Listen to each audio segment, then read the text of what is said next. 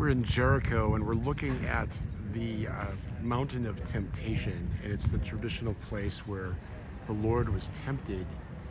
After his baptism, he was driven into the wilderness by the Holy Spirit.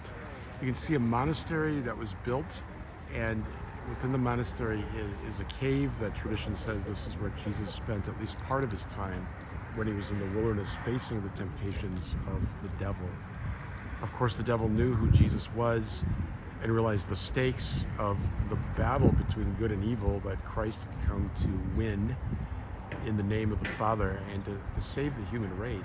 So the devil tries to head Jesus off of the path at the very beginning of his ministry by tempting him to misuse his powers to test God and to worship Satan.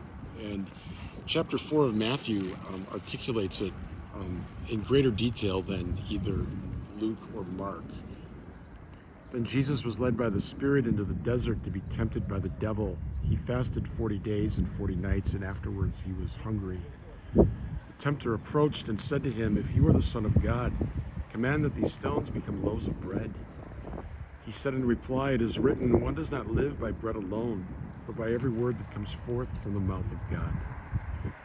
Then the devil took him to the holy city and made him stand on the parapet of the temple and said to him, "If you are the Son of God, throw yourself down, for it is written, he will command his angels concerning you, and with their hands they will support you, lest you dash your foot against a stone." Jesus answered him again, "It is written, you shall not put the Lord your God to the test."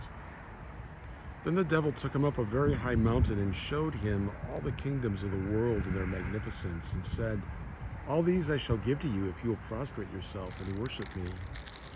At this Jesus said to him, "Get away, Satan. It is written, the Lord your God shall you worship, and him alone shall you serve." Then the devil left him, and behold, angels came and ministered to him. The gospel for the first Sunday of Lent is always the temptation of the Lord in the wilderness. And it's in facing his temptations that Jesus begins his saving ministry, that he turns away from using his divine powers for himself. He is always about doing the will of the Father and serving us, his brothers and sisters. So too for us. When we're tempted, we haven't yet sinned. And so temptation is an opportunity, a grace to renew our trust in God, to pray, to call on the Holy Spirit, to renew our faith, that we can overcome the weakness of the flesh and know the power of Christ within us.